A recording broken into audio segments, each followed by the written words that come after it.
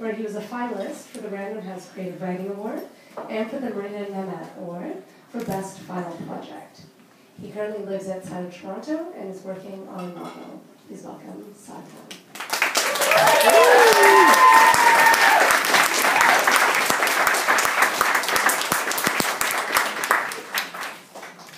Apparently unbeknownst to me, I have a fan club back there.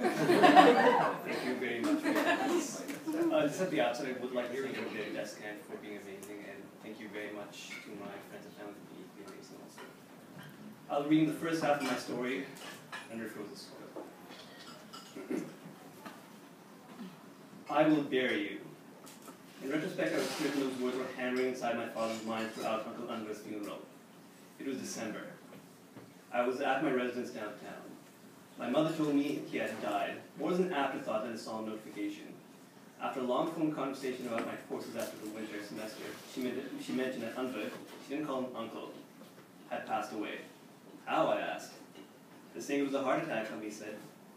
Inna lillahi wa inna ilayhi raji'un. Verily we belong to God, and verily to God we return. This is a reflex, a courtesy. I was always taught to say when the news of anyone's death reached my ear. I whispered this into the phone as the dead themselves were in the room, unhappy if they were to be disturbed. Ami continued talking. The janaza is on Saturday. Abu wants you to go with him. When can you come back? I didn't realize I was expected to come back. I can be back tonight, I said. Uncle Anwar was a frequent visitor in our home. He was a college friend of Abu's, one of the first of his friends to come from Pakistan to Toronto. They spoke to each other in Punjabi, which always seemed like a secret language spoken in code, only they could understand. The sing-song, elongated flow of the words indicated a sense of mutual familiarity and enthusiasm I envied. I had no reason to give Uncle Anwar at first. My duty towards him was simple. Smile at him whenever he visited, be polite, greet him at the door when he came with his wife, I called her Auntie Faiza, introduce his young son to my video games the few times he accompanied his parents, and graciously accept his comments. Both positive, mashallah, you're getting so handsome, and blunt. You're seeming healthy and plump these days. Or, bye, for God's sake, don't feed this one so much. I usually took these comments in stride, smiling with complete insincerity.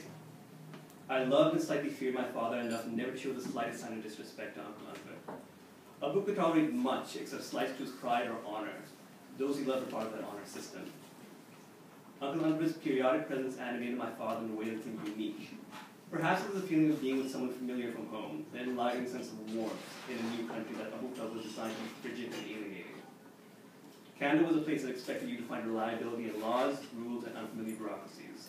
My father's expectation of life was that reliability was a quality to be found in friends and family only.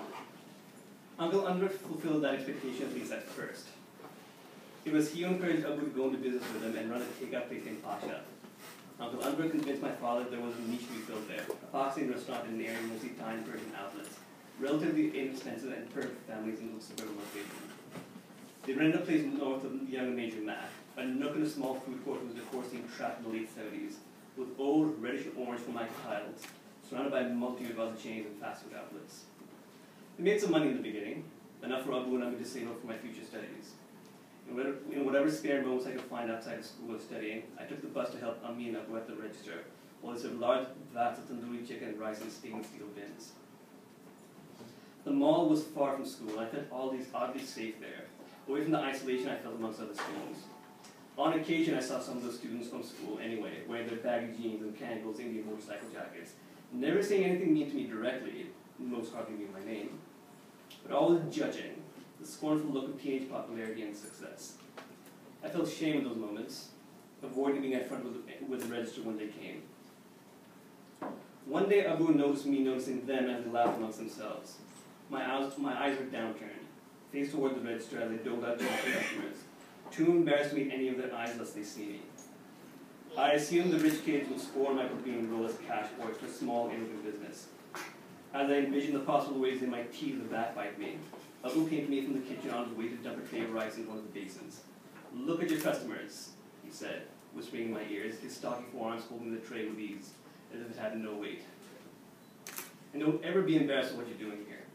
Being embarrassed about your work is beneath their dignity. It's beneath yours, too." Uncle Anwar rarely visited the food court. Most of my memories of him were at home on our couch, sitting and laughing with my father when I got home from school, while my mother took care of the restaurant.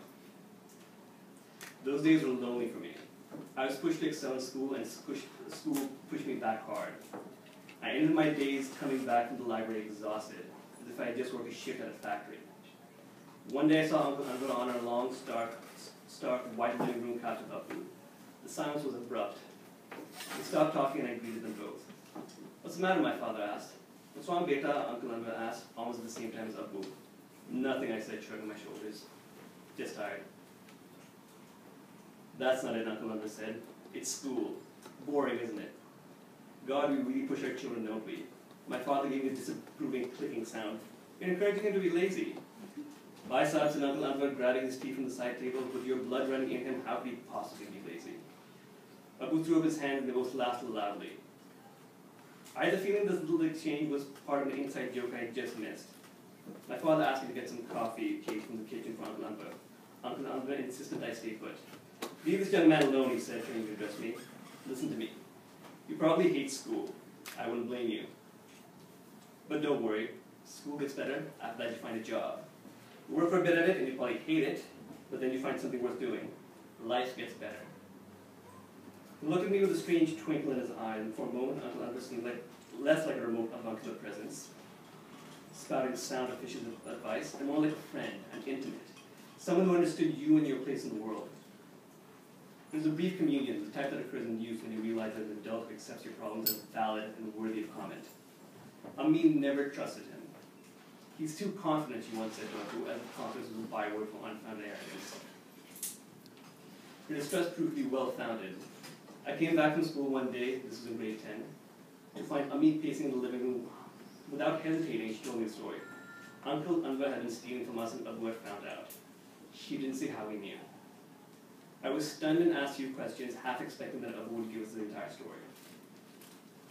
He came home late that night, long after Amin and I had eaten. My mother had been silent throughout dinner, her face expectant, looking toward the door from the kitchen table, waiting for Abu's arrival. He returned wearing a blazer as coming back from an office, lumbering toward the kitchen, an ancient brown briefcase at his side. Neither Amin nor I said anything to him. Abu dropped his briefcase at the table, went to the kitchen cupboard on the side of the sink, and filled a glass of water. Amin asked him what happened. Abu stared through the window of the sink, took one long gulp of water and threw the glass in his hand across the kitchen. "Let that bastard rot in hell," he screamed. He walked out of the kitchen. He waited a few moments in silence after he left, before I helped Amit clean up the shards. To this day, I don't have the details. I never directly asked Abu about it out of fear of feeding the ghost that I knew inhabited him because of this episode. Amit gave me snippets of information. Abu received a message from the supplier that he and Uncle Anwar owed them money. Uncle Anwar, who was responsible for the books while Abu took care of the day-to-day running of the counter, said he would take care of it. At the same time, the landlord had also claimed that no payments had been made. When Abu confronted Uncle Anwar about the situation, Uncle was close to tears with a mixture of indignation and rage that the fan could have accused him of incompetency. But incompetency was not the issue. Theft was. Uncle Anwar was undeniably pocketing the money. On the advice of the few family friends we had, Abu opted to simply walk away, rather than create new problems with the lawyer. Uncle Anwar bought him out, giving him 2 checks for a total of $20,000. The day Abu had come back home and condemned his former friend to hell was the day he found out that the checks had bounced. Was I too young to have done anything about the situation? I was almost willfully ignorant of the chaos and anxiety my parents were undergoing. Our lives changed. We had to move out of our house in a cheap apartment in Milliken. I still went to the same school, having to endure a 30-minute bus ride plus an added 15 minutes of walking time to get there. Amin maintained the apartment as she could, finding whatever job would take a middle-aged immigrant woman with a foreign degree and no domestic job experience. She worked in donut shops, as a paid lunch to monitor in elementary school, finally as a bank teller in Unionville. I never heard her complain. I asked her one morning on one of the last days of high school how she felt doing this. Putting on a dense white down coat, she simply said, "Allah Ta'ala always provides a good life, but we have to put in the effort. That's up to us." Abu maintained a stoic facade as he went through the same process as his wife. He eventually started working with another one of their friends who exported drugs from Pakistan, but he never seemed the same. His stern dignity disappearing, his actions slower and less energetic, as if he had aged 10 years in one. This is all a different world. As sad as what I realized I wanted to be distant from. I supplemented the money my parents had saved for me for university with odd jobs, enough to afford residence fees when I was accepted into school.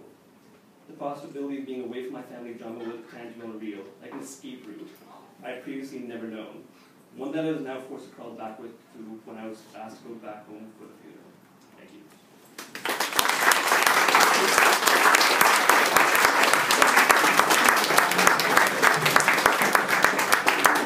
Thank you very much, Saad, for your reading. For the rest of Under Frozen Soil, you can pick up a copy of Descant just at the back. I just wanted to let you know that we're going to have a brief intermission, give you a chance to pick up some raffle tickets, and we will be returning in about 15 minutes with another reading.